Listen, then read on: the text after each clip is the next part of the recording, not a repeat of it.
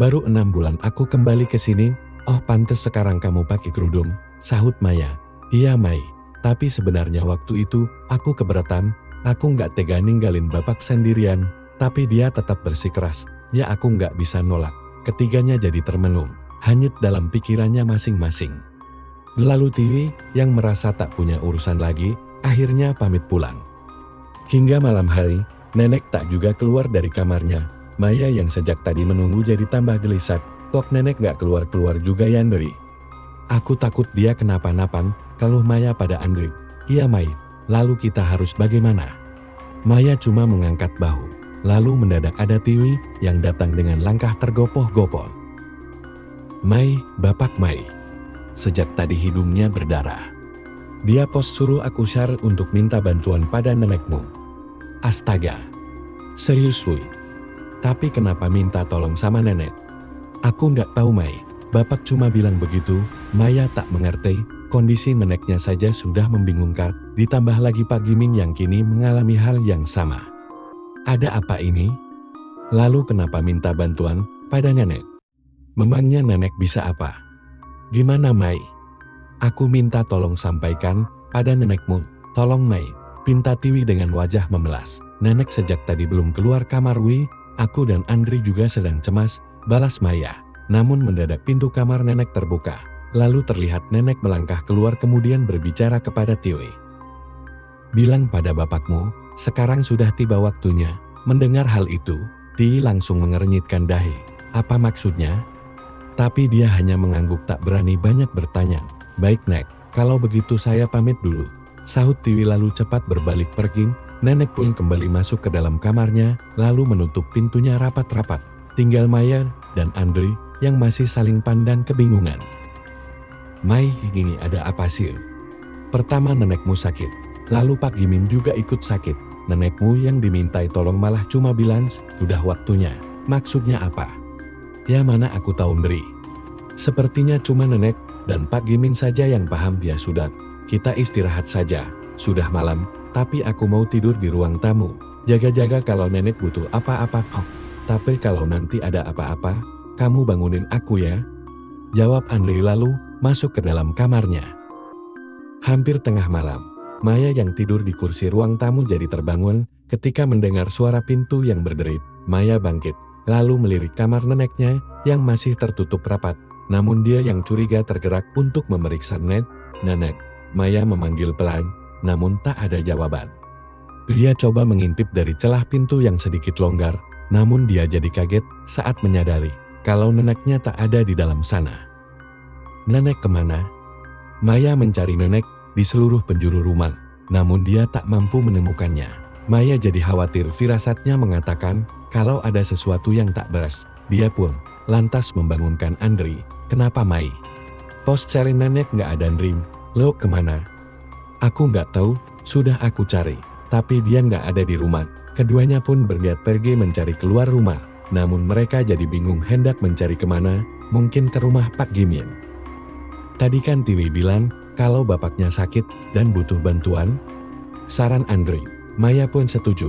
Lalu mereka pergi ke rumah Pak Gimin yang letaknya memang tak jauh dari situ. Setelah mengetuk pintu, ada Tiwi yang keluar dengan wajah yang terheran-heran. Ada apa Mei? Wi, apa nenek kesini? Soalnya dia nggak ada di rumah. Nggak ada. Apa jangan-jangan apa Wi? Jangan-jangan nenekmu ikut pergi ke Sandang Ratu? Soalnya tadi bapak dijemput beberapa orang pamit mau pergi ke sana, entah mau apa, padahal hidungnya masih berdarah. Tapi waktu aku mau ikut, dia malah melarang. Mendengar hal itu, Maya dan Andri jadi curiga, malam-malam begini ke Sandang Ratu. Mau apa? Ketiganya pun memutuskan untuk pergi ke sana. Dan ketika akhirnya mereka tiba dari balik pepohonan, mereka heran menyaksikan pemandangan aneh yang terpampang di hadapan mereka. Di sana, nampak nenek sedang berendam persis di tengah kolam. Pak Gimin beserta beberapa orang terlihat duduk bersila di sekeliling tepian kolam. Apa yang sedang mereka lakukan? Kenapa nenek berendam tengah malam buta begini? Lalu mau apa orang-orang itu? Mata nenek terpejam hikmat. Pak Gimin dan yang lainnya nampak khusyuk memperhatikan. Melihat bapaknya seperti itu, Tiwi nampak tak suka, dia pun lantas ingin mendekat, namun Maya cepat melarang. Jangan Wi, biarkan saja dulu, aku takut mereka jadi marah, kalau sampai kita ganggu. Kita perhatikan saja dari sini. Biar kita tahu apa yang sedang mereka lakukan. Tiwi pun menurut. Di Voltex dia kembali mengintai bersama Maya dan Andri.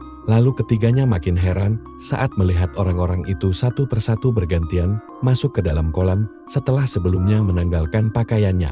Lalu pada setiap orang yang masuk ke dalam kolam, Nenek menyiramkan air seolah sedang memandikannya. Nenek nampak serius dengan mulutnya yang tak henti merapalkan sesuatu. Setelah itu, setiap orang sengaja menenggelamkan dirinya sendiri selama beberapa saat, dan setelah semua orang mendapatkan gilirannya, mereka kembali mengenakan pakaiannya, lalu terlihat hendak pergi meninggalkan tempat itu. Ayo, kita harus cepat pulang, kita harus sampai rumah lebih dulu.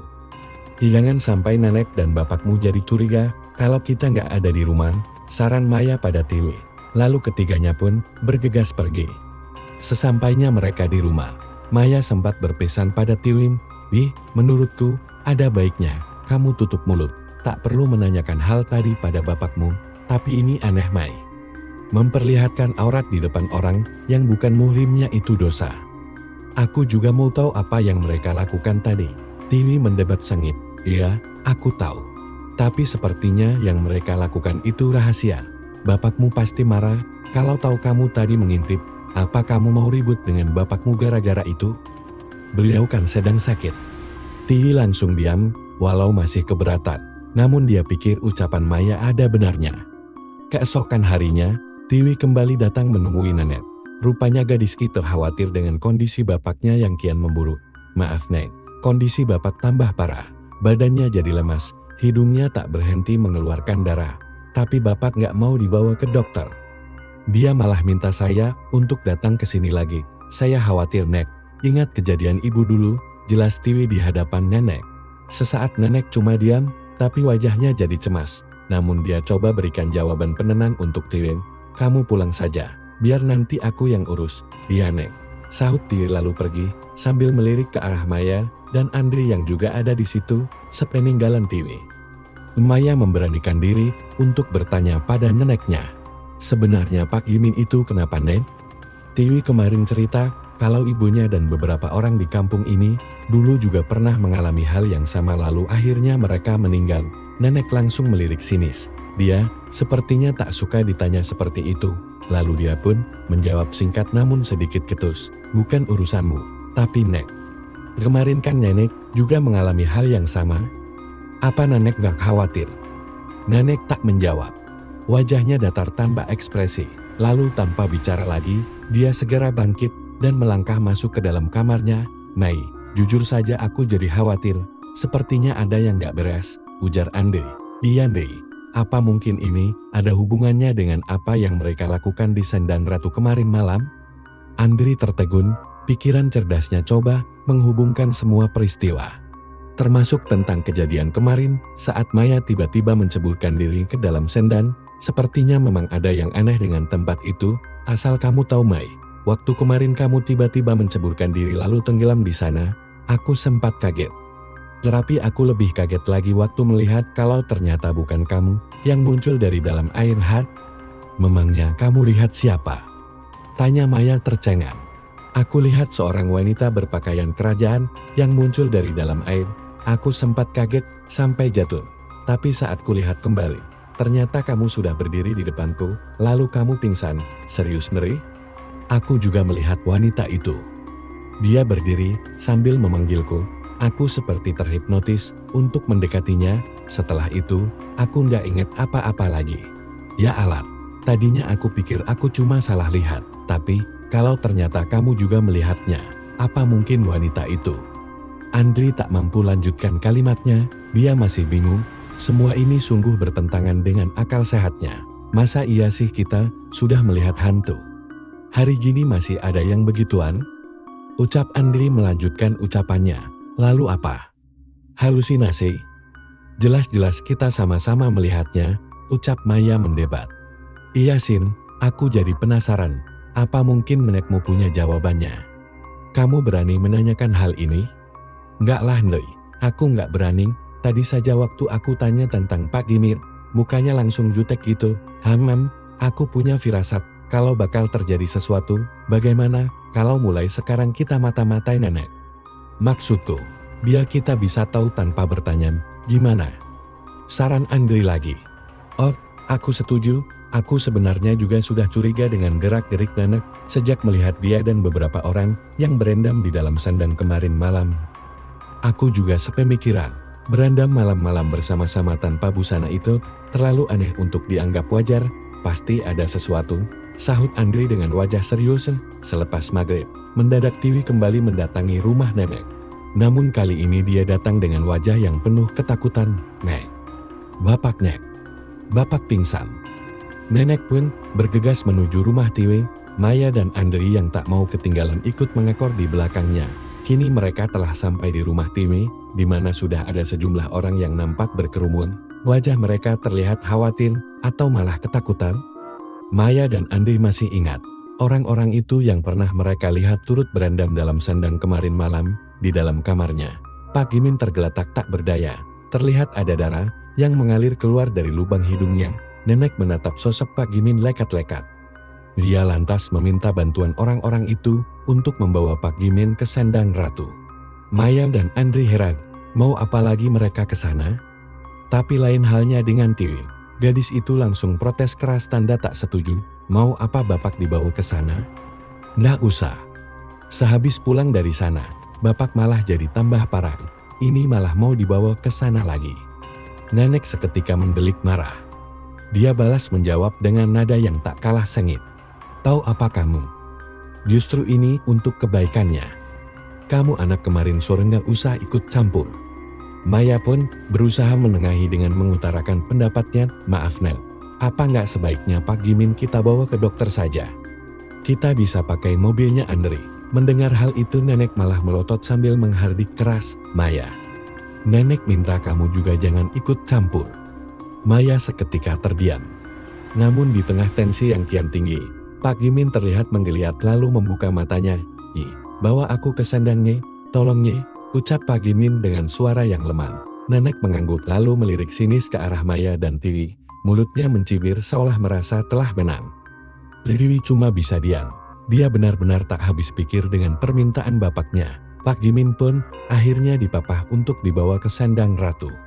Tiwi sempat meminta untuk ikut, tapi langsung dilarang oleh yang lain. Sudah, kamu tunggu di sini saja, biar bapakmu kami yang urus, ucap salah satu dari orang-orang itu. Tiwi nampak tak setuju. Maya pun mendekati Tiwi dan coba untuk menenangkannya. Kamu tunggu di rumah saja. Biar aku dan Andri yang diam-diam mengikuti mereka, bisik Maya di telinga Tiwi. Tiwi pun menurut. Dia yakin Maya akan menjaga bapaknya. Iya Mai, tolong awasi mereka. Jangan sampai bapak kenapa-napa. Maya pun mengangguk. Dia dan Andri segera pergi menyusul. Sepanjang jalan, keduanya sengaja menjaga jarak agar mereka tak terlihat. Kini mereka telah sampai di sandang ratu dari balik pepohonan. Maya dan Andri terus memperhatikan gerak-gerik dari orang-orang itu. Pak Gimin dibantu beberapa orang kembali dibawa masuk ke dalam kolam.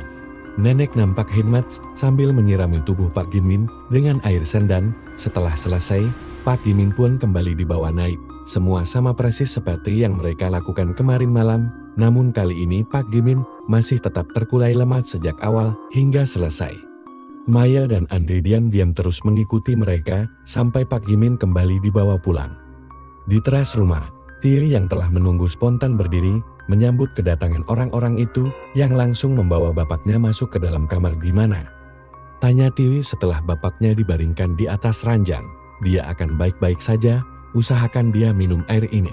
Semoga dia akan kembali sehat seperti sedia kala, jawab nenek sembari menyerahkan kendi kecil berisi air sendan ke tangan Tiwi. Tiwi menerimanya dengan ragu-ragu. Dia tak tahu harus berkata apa. Dia sebenarnya masih kesal karena bapaknya tadi seolah dipaksa untuk dibawa ke sandang ratu dan dia dilarang untuk ikut. Setelah orang-orang itu pergi, Maya dan Andri keluar dari persembunyian lalu mendatangi Tiwi. Mereka pun menceritakan tentang semua yang mereka saksikan tadi. Apa sih maksudnya mereka melakukan hal itu? Mencurigakan sekali, tanya Tiwi menduga-duga. Kami juga nggak tahu, tapi sepertinya mereka melakukan semacam ritual. Jawab Andri. Coba utarakan pendapat ya. Ritual? Ritual apa? Tanya Tiwi makin heran. Aku juga nggak tahu Wi. Sepertinya itu rahasia dan hanya para pelakunya saja yang tahu. Tapi kita nggak mungkin menanyakan hal itu pada mereka. Aku yakin mereka pasti nggak mau jawab, balas Andri lagi. Ya sudah, sekarang kita doakan saja mudah-mudahan Pak Gimin bisa sembuh. Kalau begitu kami pulang dulu Wi. Cepat. Nyaris tengah malam, pecah tangisan Tiwi terdengar sampai ke telinga Maya. Andri yang sedang ada di dalam kamarnya pun ikut keluar karena mendengar suara yang sama. Keduanya lalu bergegas menuju rumah Tiwi. Di sana mereka tiba bersamaan dengan para tetangga yang juga turut berdatangan, dan ketika akhirnya mereka masuk, nampak Tiwi sedang menangis meratap di samping bapaknya yang tergolek di atas ranjang. Bapak Ahak. Bangun Pak, bangun. Astaga. Pak Gimin. Maya terkesiap. Hatinya ikut pilu mendengar suara tangisan Tiwi yang begitu menyayat hati. Firasatnya buruk, namun Maya tak ingin memikirkan yang tidak-tidak. Tapi segala prasangka itu akhirnya terjawab ketika salah seorang tetangga memeriksa tubuh Pak Gimin yang diam tak bergerak. Orang itu lalu menggeleng pelan yang langsung disambut ucapan dari mulut setiap orang, Innalillahi. Bapak. Jeritan Tiwi kian keras. Dia menangis meraung sejadi-jadinya.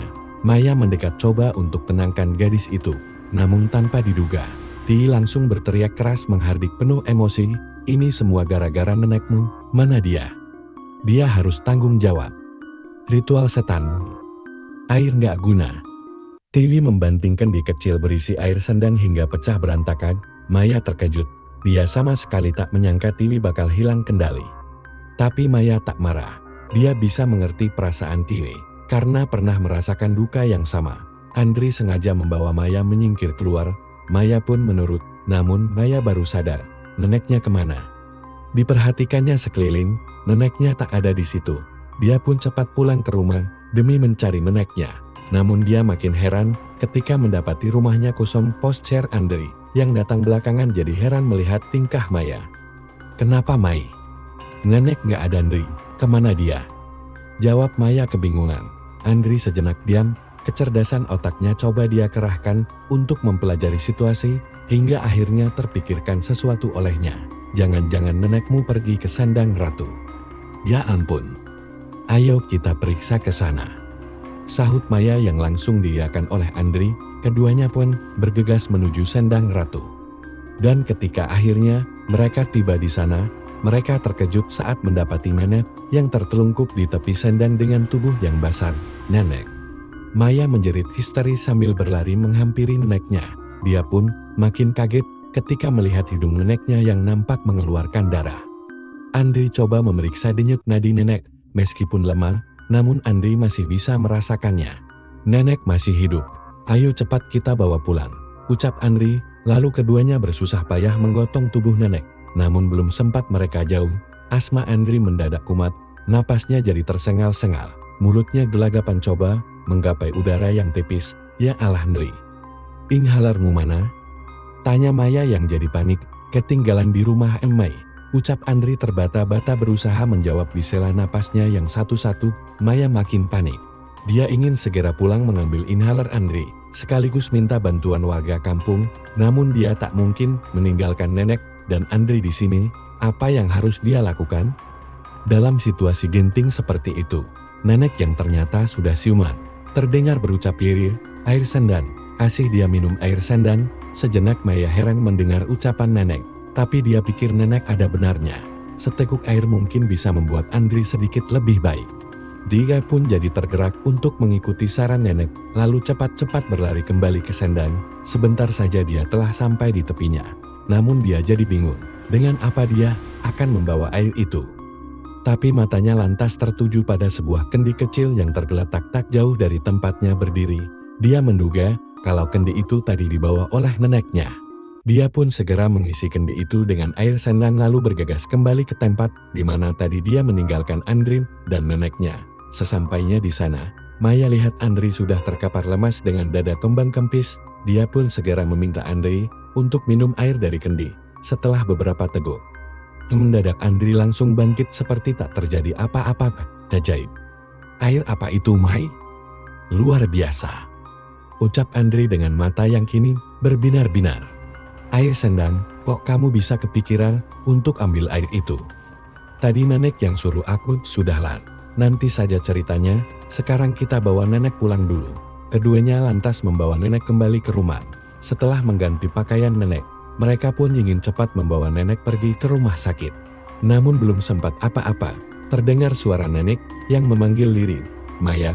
Nenek memanggil pelan dengan suara yang lemah. Tangannya menggapai seperti hendak menyampaikan sesuatu. Maya pun beringsut mendekatinya. Nenek, jangan banyak bicara dulu. Nanti saja, kalau sudah baikan. Sekarang, Maya mau bawa nenek ke rumah sakit. Nenek menggeleng sambil kembali berucap pelan. Waktu nenek sudah habis. Sekarang waktunya kamu gantikan nenek. Maya tak mengerti. Apa maksudnya? Menggantikan apa? Maaf Nek, Maya nggak ngerti maksud nenek, sahut Maya. Nenek tersenyum.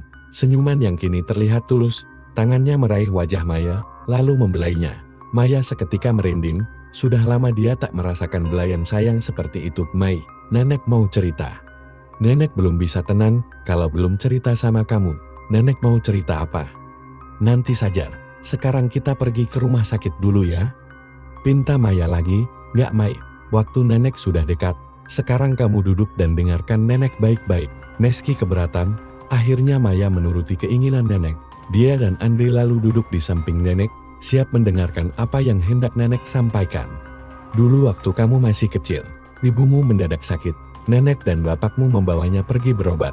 Tapi ternyata ibumu menderita penyakit kanker yang sulit untuk disembuhkan. Postur nenek sedih.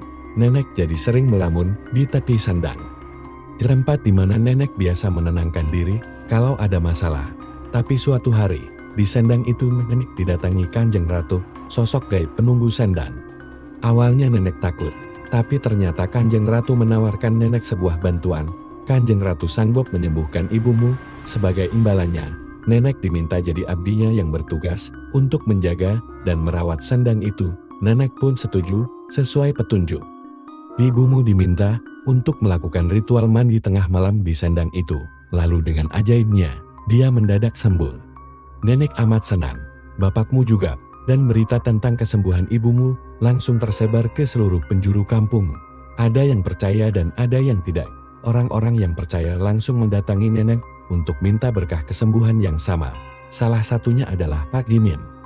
Nenek dengan tulus memenuhi permintaan itu dan meminta mereka untuk melakukan ritual yang sama, dan setelahnya, penyakit mereka pun juga tersembuhkan. Bahkan kami semua seperti diberkati dengan umur panjang dan juga awet muda. Tapi kami punya pantangan untuk berdekatan dengan orang mati. Karena sesuai amanat Sang Ratu, kalau sampai kami melanggarnya, semua khasiatnya bisa hilang. Makanya sejak itu kami tak pernah lagi mengurusi makam, dan waktu nenek tahu kalau tadi Pak Gimin meninggal, nenek juga tidak berani mendekatinya. Tapi tanpa kami sadari, rupanya semua keajaiban itu meminta imbalan. Suatu hari tiba-tiba saja hidung bapakmu berdarah. Waktu itu, nenek mengira kalau bapakmu hanya sekedar sakit panas dalam biasa, tapi ternyata nenek salah. Beberapa hari kemudian, bapakmu malah ditemukan tewas di dalam kamar. Nenek bingung, apa yang sebenarnya terjadi. Tapi akhirnya nenek sadar, ternyata bapakmu sudah diambil Kanjeng Ratu sebagai tumbang atas kesembuhan ibumu. Ibumu langsung marah, apalagi melihat nenek yang tidak mau mengurusi jasad bapakmu.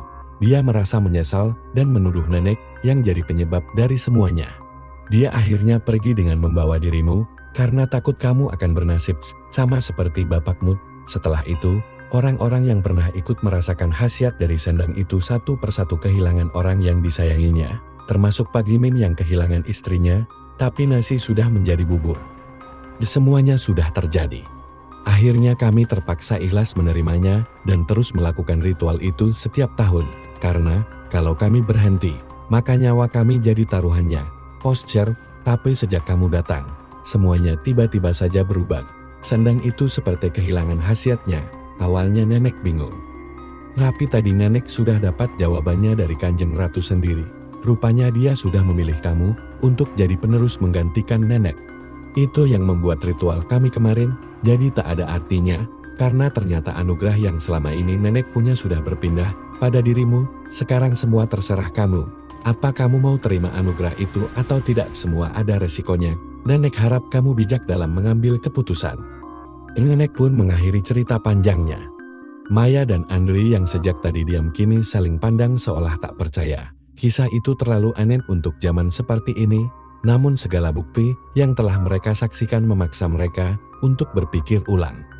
Tapi tiba-tiba nenek bagai tersedak hingga mulut dan hidungnya mengeluarkan darah bercampur air yang begitu banyak. Nenek kenapa? Maya histeris ketakutan. Andri pun ikut panik, namun tak lama. Nenek menggelepar lalu terkapar dengan bola mata mendelik putih. Nenek! Maya menjerit histeris. Andri coba memeriksa denyut nadi nenek. Tapi kemudian dia menggeleng pelan sambil menatap sayu ke arah Maya. Nenek meninggal, Mei.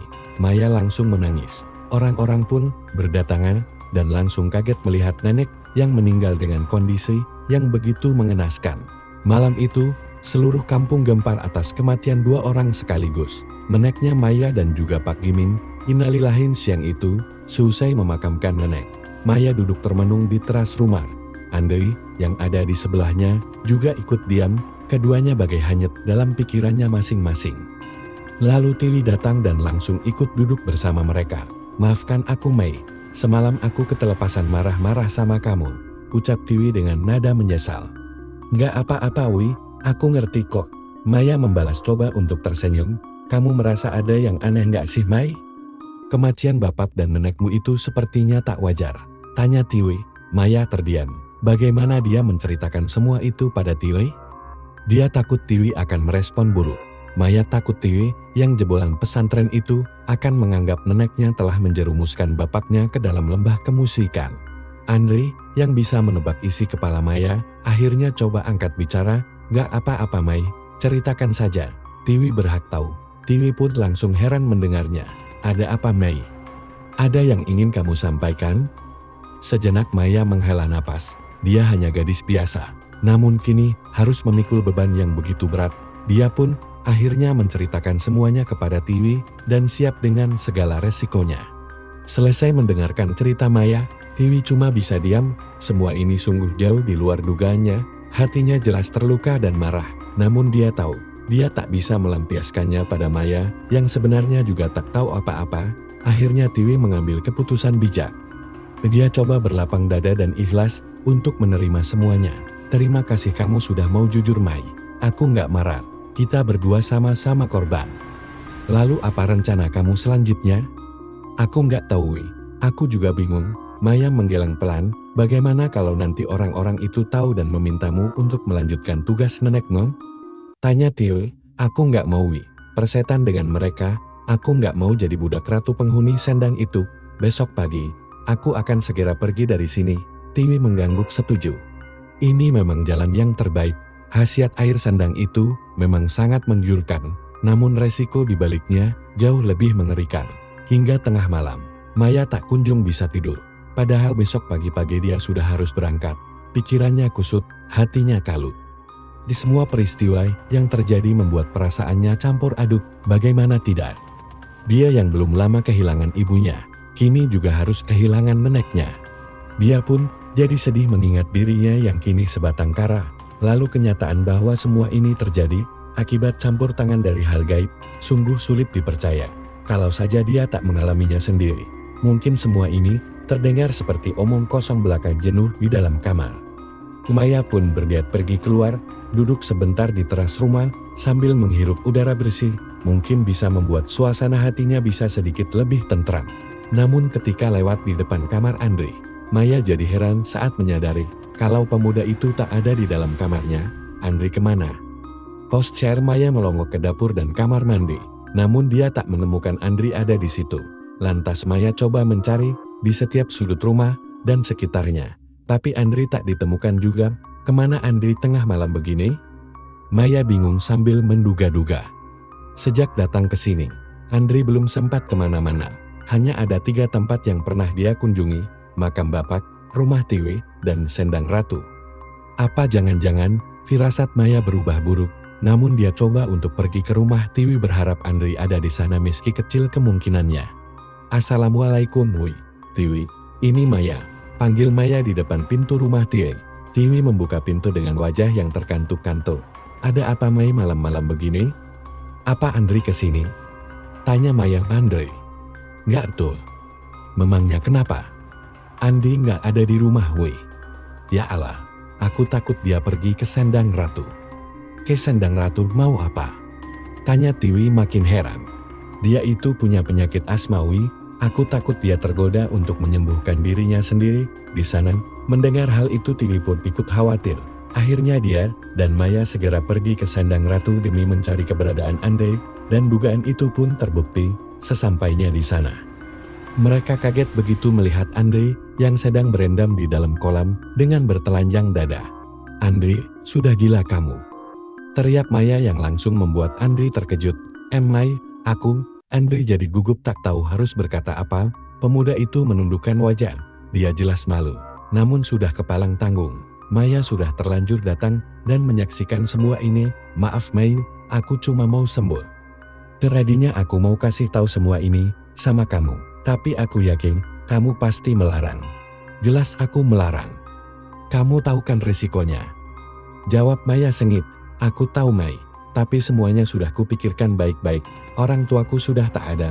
Aku sebatang kara, jadi aku pikir tak akan ada orang yang jadi korban kalau aku melakukan ini. Maya tertegun. Ucapan Andri terdengar masuk akal. Sama seperti dirinya. Andri tak punya siapa-siapa lagi. Orang tuanya sudah meninggal akibat kecelakaan beberapa tahun yang lalu. Jadi apa ruginya? Namun semua itu tak lantas membuat Maya jadi setuju. Apapun alasannya, hal ini jelas tak bisa dibenarkan. Dia pun minta Andri agar segera keluar dari dalam kolam. Andri pun menurut. Namun tiba-tiba dia merasakan sesuatu yang hangat meleleh keluar dari lubang hidungnya. Post surgery. Hidungmu berdarah. Tiwi memekik sambil menunjuk ke wajah Andre. Andri spontan menyeka hidungnya. Wajahnya jadi ketakutan. Matanya langsung menatap ke arah Maya seolah minta penjelasan. Tapi Maya cuma bisa menggeleng. Dia juga tak mengerti kenapa bisa begitu. Lalu tiba-tiba sesuatu terjadi. Terdengar suara gemuruh disusul guncangan yang membuat air kolam beriak keras. Maya dan Tiwi pun panik lalu meminta Andri untuk cepat-cepat keluar dari dalam kolam. Tapi belum sempat apa-apa, terjadi sesuatu yang membuat semua wajah jadi terperangah. Dari dalam air sendang yang beriak keras, muncul sosok sang ratu yang perlahan-lahan naik ke permukaan. Semua terdiam, waktu seakan terhenti menyambut kehadiran sang ratu yang seolah menghipnotis semua mata yang memandangnya. Kini dia berdiri mengambang di atas air dengan anggunnya. Memelayang halus dengan pakaian dan mahkota khas seorang ratu sambil menatap tajam ke arah Andri yang masih terdiam memandanginya tanpa berkedip. Hai anak manusia, aku tahu apa yang engkau mau, tapi semua itu harus ada imbalannya. Dan bila engkau tak mampu memberikannya, maka dirimu sendiri yang akan jadi tumbalnya. Maya dan Tiwi langsung kaget. Tapi tidak dengan Andri. Pemuda itu hanya diam sambil terus menatap ke arah sang ratu. Andri, cepat keluar dari situ. Bekik Maya coba menggugah Andri. Namun pemuda itu seakan tak mendengar. Dia malah bergerak pelan ke tengah kolam menghampiri sang ratu yang kini menyeringai mengerikan. Maya hendak masuk ke dalam kolam demi menyelamatkan Andri. Namun entah mengapa tiba-tiba saja tubuhnya tak mampu digerakkan. Kakinya seakan tertanam kuat di tanah. Begitu pula dengan Tiwi. Kini dari tempatnya berdiri, Maya dan Tiwi hanya bisa menyaksikan Andri yang telah sampai di tengah kolam lalu perlahan-lahan membenamkan dirinya masuk ke dalam air. Andri. Maya menjerit histeris, dirinya tak tahu lagi harus berbuat apa. Tapi Andri harus diselamatkan. Bagaimanapun caranya, pemuda itu terlalu baik untuk mati dengan cara seperti ini. Sejenak Maya terdiam. Nampak ada air mata yang mengalir di pipinya. Dia telah mengambil satu keputusan besar, semua kegilaan ini harus diakhiri, lepaskan dia. Biar aku yang menggantikannya, ucap Maya yang langsung membuat Tiwi tersantak kaget. Mai, jangan gila kamu. Ucap Tiwi tak setuju, namun Maya hanya tersenyum. Dia tetap pada pendiriannya, dia rela mengorbankan jiwanya demi pemuda yang amat dicintainya. Sang ratu pun tersenyum. Baiklah, kalau memang itu maumu, kemarilah, datanglah kepadaku. Ucapnya sambil melambaikan tangan. Bersamaan dengan itu, gerakan Andri spontan terhenti. Dirinya yang sudah terbenam sebatas kening perlahan-lahan kembali tegak berdiri. namun kesadarannya nampak belum pulih kembali. Tubuh Maya bagai terbebas, dia ingin menepati janjinya. Dia melangkah pelan menuju tepi sendang diiringi teriakan Tiwi yang memintanya untuk mengurungkan niatnya. Mai, jangan Mai. Namun Maya tak menanggapi. Dia terus melangkah di atas tanah yang bergetar hingga akhirnya dia sampai di tepi sendang. Sang ratu tersenyum penuh arti. Lantas dia pun memberi perintah pada Andri, kembalilah ke tepi. Pemuda itu lantas naik ke tepi dengan pandangan mata yang kosong. Dia seolah tak menghiraukan Maya yang berdiri persis di sampingnya sambil menitikkan air mata. Selamat tinggal sayang, jaga dirimu baik-baik, bisik Maya lirih persis di telinga Andri.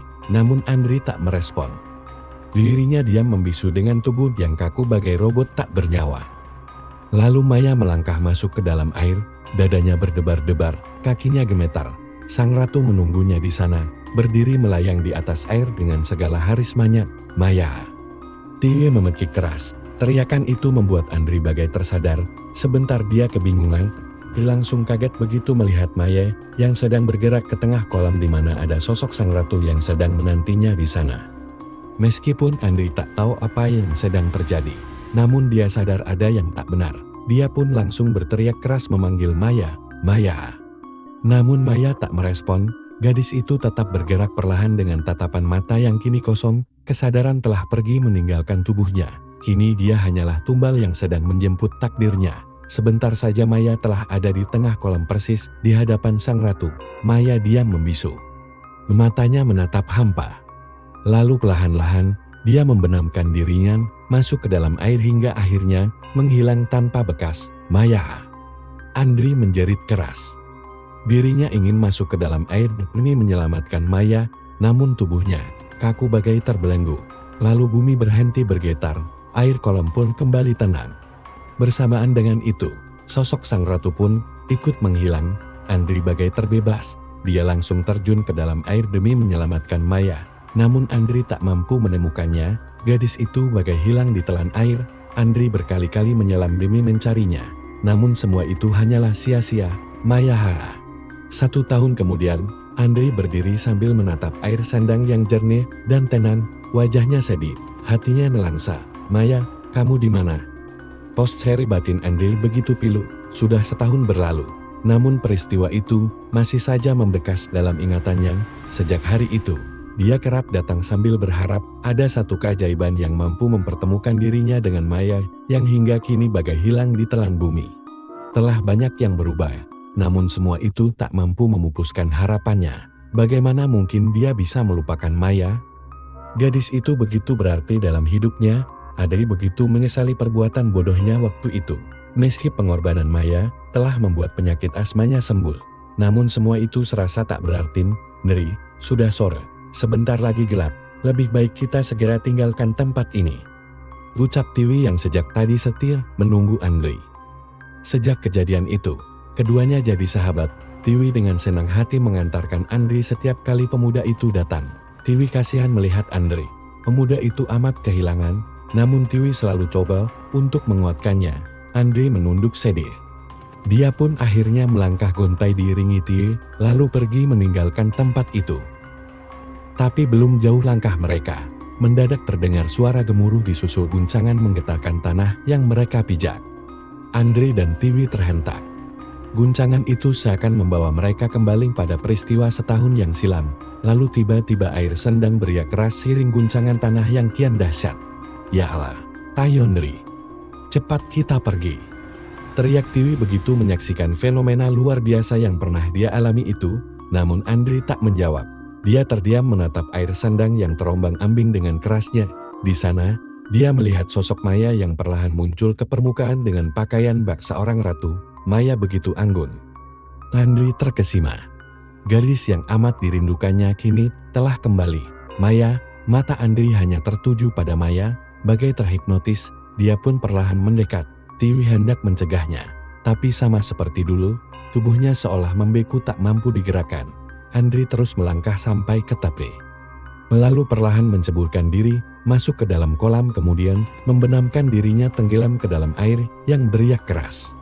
Guncangan pun perlahan berhenti. Tiwi bagai tergugah. Dia segera berlari mendekati Sendang sambil berteriak-teriak memanggil-manggil, "Andri, Andri."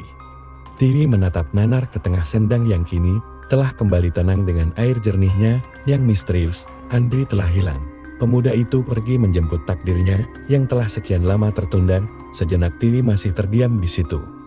Namun telinganya lantas mendengar suara halus yang berbisik lirih dekat telinganya. "Wiswayahai," Tiwi terkejut. Wajahnya memucat seputih kapas. Dia pun langsung lari meninggalkan tempat itu tanpa berani menoleh ke belakang. Peristiwa itu langsung jadi buah bibir. Setelah sekian lama, Sendang Ratu kembali menelan korbannya. Namun sejak kejadian itu, tak pernah ada lagi orang yang berani mendekatinya. Kisah mistisnya yang melegenda membuat orang sebisa mungkin menjauhinya.